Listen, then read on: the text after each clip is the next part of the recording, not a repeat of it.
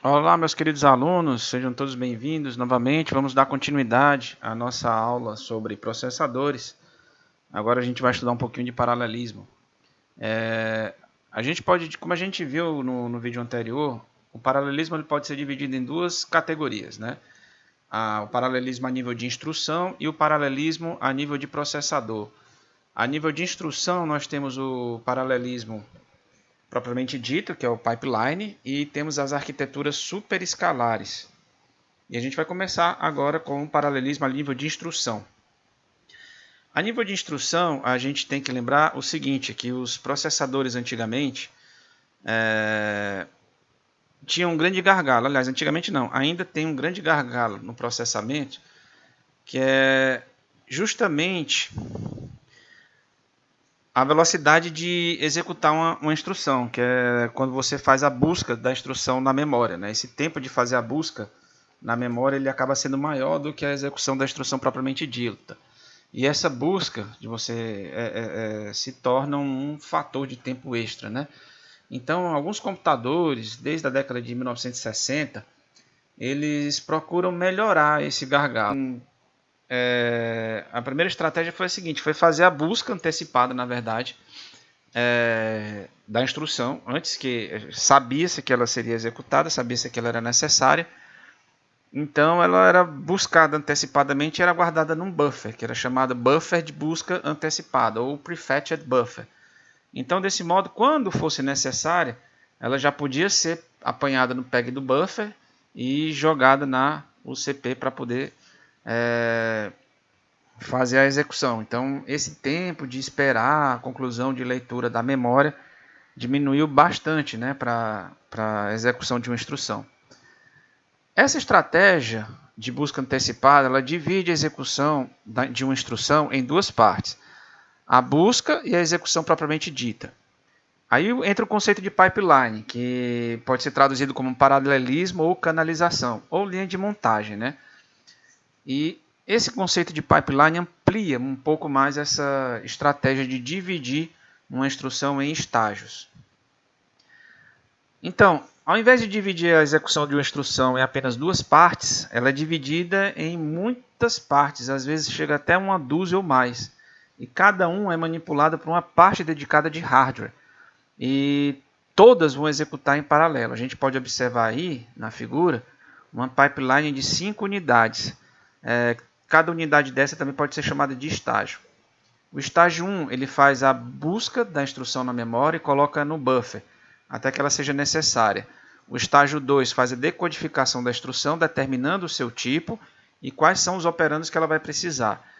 No estágio 3, a gente tem a localização e busca desses operandos, que podem estar ou nos registradores ou na memória principal. O estágio 4 é que vai realizar o trabalho de executar a instrução e fazendo, né, com que os operandos passem por aquele caminho de dados que a gente viu já no vídeo anterior. E por fim, o estágio 5 vai escrever o resultado de volta no registrador adequado ou na memória. Então, observando bem aqui a figura, você tem embaixo aí o tempo, né, que são os ciclos de clock. Tá? Temos os 5 estágios, o S1, S2, S3, S4, S5, cada um com a sua função descrita aí no quadradinho. E vamos ver como é que ele funciona. Né? Então, durante o ciclo de clock 1, o estágio S1 está trabalhando na instrução 1. Ele faz a busca dela na memória. Já no ciclo 2 de clock, o estágio S2 decodifica a instrução 1, enquanto o estágio S1 faz a busca da instrução 2. No ciclo de clock 3, o estágio S3 busca os operandos para a instrução 1, o estágio S2 decodifica a instrução 2 e o estágio S1 faz a busca da instrução 3. No próximo ciclo, que é o ciclo 4, o estágio S4 vai executar a instrução 1, vai fazer ela passar pelo ciclo de caminho de dados. O estágio S3 faz a busca dos operandos para a instrução 2, o estágio S2 decodifica a instrução 3 e o S1 busca a instrução 4. No ciclo 5 de clock, o estágio 5 vai escrever os resultados da instrução 1 de volta nos registradores, enquanto que o estágio S4 ele vai executar a instrução 2, o S3 vai fazer a busca, né, dos operandos para a instrução 3, o S2 decodifica a instrução 4 e o S1 faz a busca da instrução 5. Então, a partir desse ciclo, nos próximos, né, no 6, 7, 8, nos próximos ciclos de clock, o que é que a gente vai ter? A gente vai ter sempre 5 instruções sendo executadas ao mesmo tempo, tá? Por isso que a gente vai ter sempre 5, dependendo do número de estágios. Se eu tiver N estágios, eu vou ter N instruções sendo executadas em paralelo, N instruções sendo executadas ao mesmo tempo. Bom, se um pipeline é bom, né? Então, certamente, 2 pipelines são melhor ainda. Então, a maneira possível para a gente melhorar a velocidade do processamento, além de executar um pipeline, seria fazer 2 ou mais pipelines, como a gente vê aí na figura. Nesse caso, a gente tem uma única unidade de busca. O estágio 1 vai funcionar como uma unidade de busca. A gente só tem um, tá? E aí, ele vai buscar uma instrução e vai colocar ela no próximo estágio, né? No S2, que é a unidade de decodificação, tá? Então, enquanto o estágio S2 está processando, decodificando essa instrução, o estágio 1 ele vai determinar se a próxima instrução pode executar independente da instrução que está no estágio S2. Se as duas podem executar em paralelo, ou seja, se as duas não têm nenhum conflito uma com a outra. Se a instrução 2 puder ser executada em paralelo com a instrução 1, ele vai jogar no pipeline de baixo. E aí nós vamos ter o quê? Essas duas instruções correndo em paralelo ali nos 2 pipelines, tanto em cima quanto embaixo. Caso uma instrução, por exemplo, eu joguei uma instrução no pipeline de cima, né? O S1 jogou uma instrução no pipeline de cima. Ele determinou que a próxima instrução não pode ser executada em paralelo, porque entra em conflito com a instrução que já foi jogada no pipeline de cima. Ela fica ali reservada, né? Num lugarzinho num registrador, esperando a sua chance de poder ser jogada num dos 2 pipelines. Então, nesse caso, ao invés de ter 5 instruções operando ao mesmo tempo, a gente vai ter 9. Né? A gente vai ter 4 instruções passando pelos estágios 2, 3, 4 e 5 e teremos sempre uma instrução ali no estágio 1. Tá? E vale lembrar que esses conflitos, né, têm que ser detectados, né, durante a execução por um hardware especial, um hardware extra. E embora esses pipelines, simples ou duplos, sejam usados na maioria das máquinas RISC, né, o 386 e os antecessores não tinham nenhum pipeline, a partir do 486 a Intel começou a acrescentar pipelines de dados em suas CPUs. O 486, por exemplo, tinha um pipeline e o Pentium original tinha pipelines de 5 estágios, mais ou menos, né? Como a gente pode ver aí na figura. Era mais ou menos assim que funcionava o Pentium original. Embora a exata divisão de trabalho entre os estágios 2 e 3 era ligeiramente diferente do que esse exemplo aí que a gente está dando. O pipeline principal era denominado pipeline U e podia executar uma instrução Pentium qualquer. Já o segundo pipeline era chamado de pipeline V e podia executar apenas as instruções com números inteiros, né? E também instruções simples de ponto flutuante. Algumas regras fixas determinavam se um par de instruções era compatível e, portanto, se elas podiam ser executadas em paralelo. Se as instruções em um par não fossem simples o suficiente ou fossem incompatíveis, somente a primeira era executada no pipeline U. A segunda era retida para poder fazer par com a instrução seguinte. As instruções eram sempre executadas em ordem, assim os compiladores específicos para o Pentium tinham que produzir pares compatíveis e podiam produzir programas de execução muito mais rápidos do que qualquer outro compilador feito para qualquer outra arquitetura. As medições mostraram que um código de execução Pentium otimizado especificamente para esse processador era exatamente 2 vezes mais rápido do que programas inteiros que rodassem num 486, tá? Executando na mesma velocidade de clock. Esse ganho podia ser atribuído justamente por causa do emprego da segunda pipeline. Pensar em 4 pipelines é até possível, mas exigiria duplicar muito o hardware. Em vez disso, uma abordagem diferente é utilizada nas UCPs de topo de linha. A ideia básica é ter um único pipeline, mas colocar nesse pipeline várias unidades funcionais, conforme a gente vê nessa figura aqui. Por exemplo, a arquitetura Intel Core tem uma estrutura semelhante a essa figura, mas a gente só vai discutir lá na frente quando falarmos do nosso exemplo de microarquitetura, que é o capítulo 4 do livro. E o termo arquitetura superescalar foi cunhado, foi dado para essa técnica em 1987. Você busca uma instrução, vai passando aí pelos estágios 2 e 3 normalmente, e aí você tem no estágio 4, onde a instrução vai ser executada, diversos modos diferentes, para executar uma instrução diferente, de tipos diferentes. Tá? Essa definição de superescalar foi evoluindo ao longo do tempo e agora é usada para descrever processadores que emitem múltiplas instruções, normalmente 4 ou 6 em um único ciclo de clock. Claro que uma CPU superescalar deve ter muitas unidades funcionais para poder passar todas essas instruções num ciclo de dados. Uma vez que, em geral, os processadores superescalares têm só um pipeline, eles tendem a ser muito parecidos com esse dessa figura que a gente está observando. A gente pode ver aí na figura, que o estágio 3 ele pode emitir instruções com rapidez muito maior do que o estágio 4 é capaz de executar.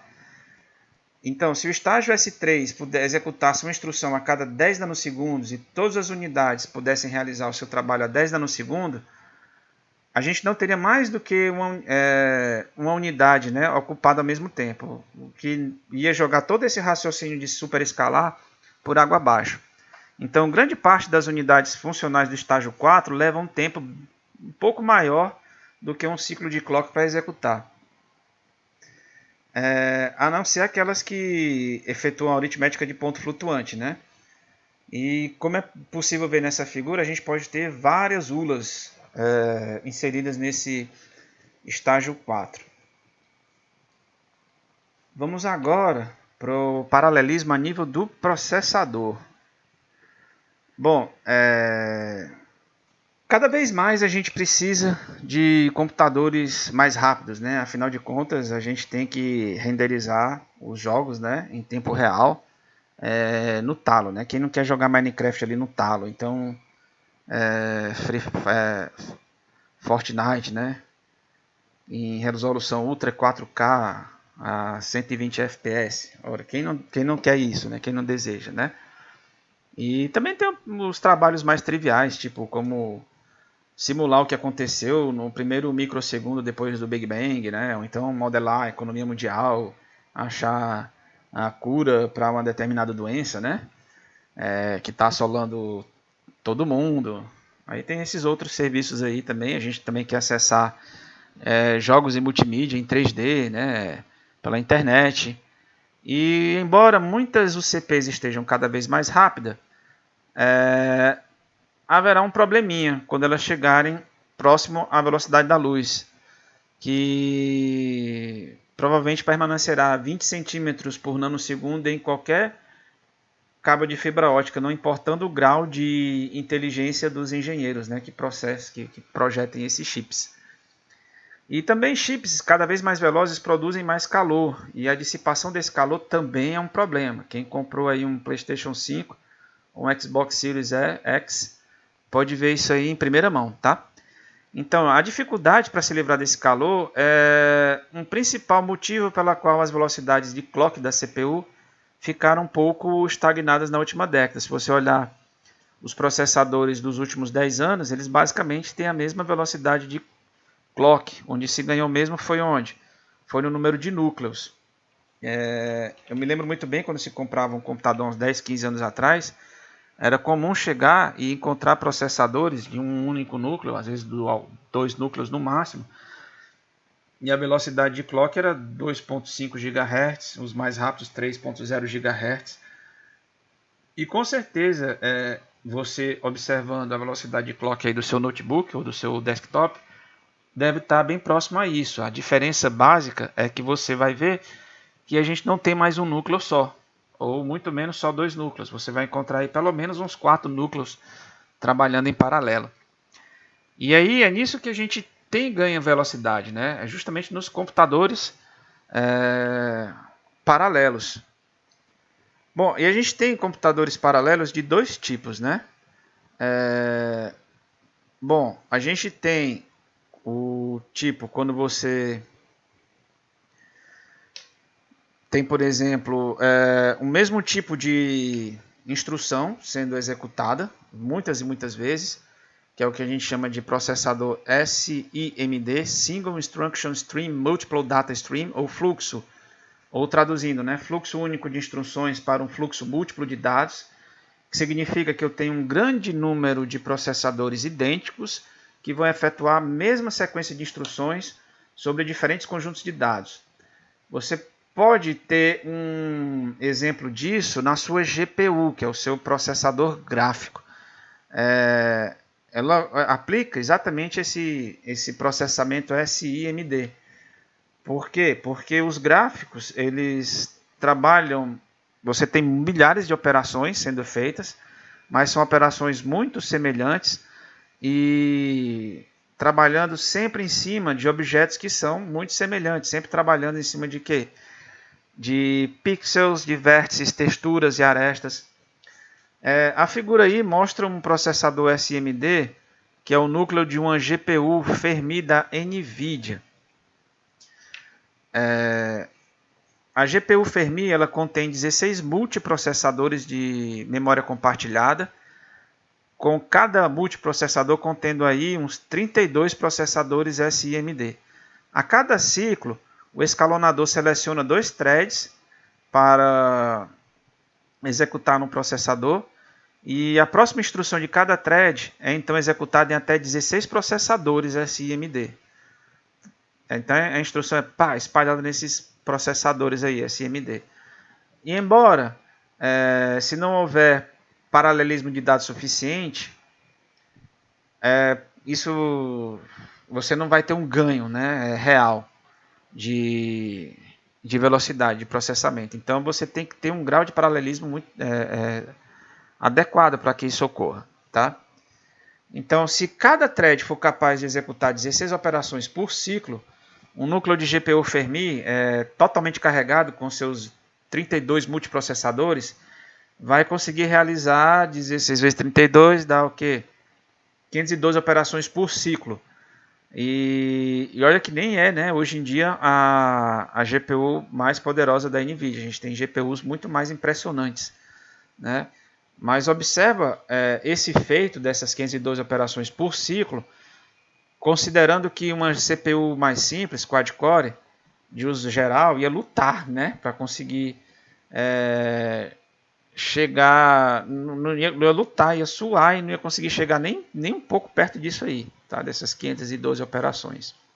Para um programador, um processador vetorial se parece muito com um processador SIMD. E assim como um processador SIMD, ele é muito eficiente para executar uma sequência de operações em pares de elementos de dados. Porém, diferente de um tipo de processador SIMD, todas as operações de adições são efetuadas em uma única unidade funcional de alto grau de paralelismo. Os processadores SIMD, bem como os processadores vetoriais, eles trabalham como matrizes de dados. Ambos executam instruções únicas que somam 2 elementos aos pares para cada um dos vetores. Porém, enquanto o processador SIMD faz isso com tanto os somadores quanto os fores dos elementos, né, do vetor, o processador vetorial tem um conceito de registrador vetorial, que consiste em quê? Consiste num conjunto de registradores convencionais que vão sendo carregados com base na memória em uma única instrução que, na verdade, os carrega serialmente na memória, na base da memória. Então, a instrução de adição vetorial efetua as adições a partir dos elementos desses dois vetores, alimentando-os em um somador com paralelismo, com pipeline, com base em dois registradores vetoriais. O resultado do somador é um outro vetor, que pode ser armazenado em um registrador vetorial, ou então usando diretamente um operando para uma outra operação vetorial. As instruções SSE, que é de Streaming SIMD, SIMD Extension, que estão disponíveis na arquitetura da Intel Core, utilizam esse conceito de execução para tornar o cálculo um pouco mais ágil, muito mais veloz, como por exemplo os cálculos de multimídia, de software científico. O conceito de multiprocessadores é um pouquinho diferente, tá? do que o SMD. Enquanto que há uma só unidade de controle compartilhada por todos os SMD, nos multiprocessadores a gente tem CPUs diferentes. No primeiro sistema de paralelo com CPUs totalmente desenvolvidas é o multiprocessador. Um sistema com mais de uma CPU que compartilha uma memória em comum, como um grupo de pessoas que dentro de uma sala de aula vão compartilhar uma lousa em comum. Uma vez que cada CPU pode ler ou escrever em qualquer parte da memória, elas devem se coordenar para evitar que uma atrapalhe a outra, sobrescrevendo ou corrompendo algum dado que a outra CPU está trabalhando. E quando duas ou mais CPUs têm a capacidade de interagir de perto, como é o caso dos multiprocessadores, a gente diz que elas são fortemente aclopadas. Há muitos esquemas de implementação possíveis. O mais simples é o de barramento único com várias CPUs na memória, todas ligadas nele. Esse diagrama de multiprocessador é mostrado aí na figura, na letra A. A gente não tem que ter muita imaginação para perceber que com um grande número de processadores tentando acessar a memória, pelo mesmo barramento, vão ocorrer conflitos, E projetistas desses multiprocessadores apresentaram vários esquemas para reduzir essa disputa, esses conflitos, esse engarrafamento e melhorar o desempenho. Um desses esquemas é mostrado aí na letra B da figura, onde para cada processador foi dado um pouquinho de memória, local só para ele. E essa memória particular dele não é acessível pelas outras CPUs. Essa memória ela pode ser usada para o código de programa e para os itens de dados que não precisam ser compartilhados pela CPU, por esse núcleo. E o acesso a essa memória privada não usa o barramento principal, ele usa um barramento particular, e por isso a gente não tem tanto tráfego nesse barramento principal. Existem outros esquemas, como por exemplo o esquema de caching, quando a gente tem memória cache, que também são possíveis. Os multiprocessadores eles têm as vantagens sobre outros tipos de computadores paralelos, porque é mais fácil de trabalhar com o seu modelo de programação. Por exemplo, imagine que um programa procura células cancerosas numa foto de um tecido. A fotografia é digitalizada, pode ser mantida em uma memória em comum, sendo que cada processador vai fazer essa busca por célula em alguma região dessa fotografia, Uma vez que cada processador tem acesso a toda a memória, não tem problema se ele extrapolar, for além do que a região que foi designada para ele, e acabar entrando na região de um outro processador. E o último tipo de paralelismo a nível de processador é o multicomputador, que embora seja um tanto fácil construir multiprocessadores com um número razoável de processadores, construir grandes, você construir um multiprocessador de 256 processadores é razoavelmente tranquilo. Só quando você parte para construir grandes multiprocessadores, aí a coisa muda de figura, fica um pouquinho mais difícil. Porque a dificuldade está em conectar todos os processadores à memória. Para evitar esses problemas, muitos projetos simplesmente abandonaram a ideia de ter uma memória compartilhada e passaram a construir sistemas que consistissem em um grande número de computadores completos interligados. A gente até já viu alguns exemplos, como os casos dos clusters. Se você revisitar as aulas lá do começo do semestre, a gente falava sobre isso.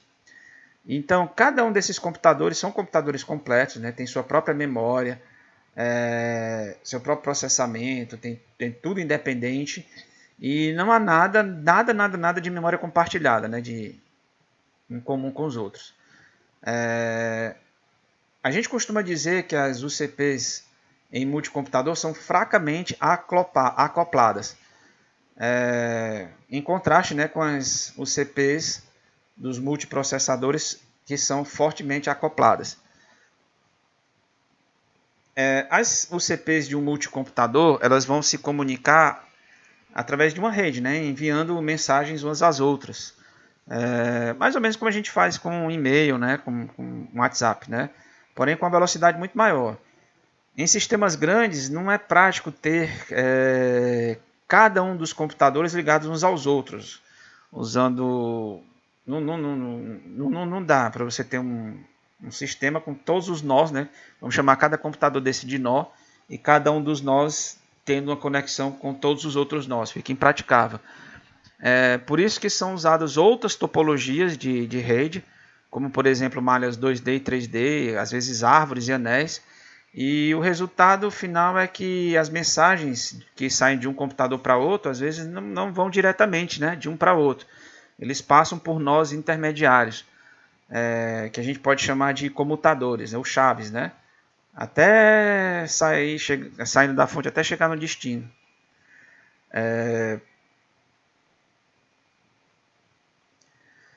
Uma vez que multiprocessadores são mais fáceis de programar e multicomputadores são mais fáceis de construir, há muita pesquisa sobre projetos que sejam híbridos, né, que fazem essa combinação das boas propriedades de cada um deles.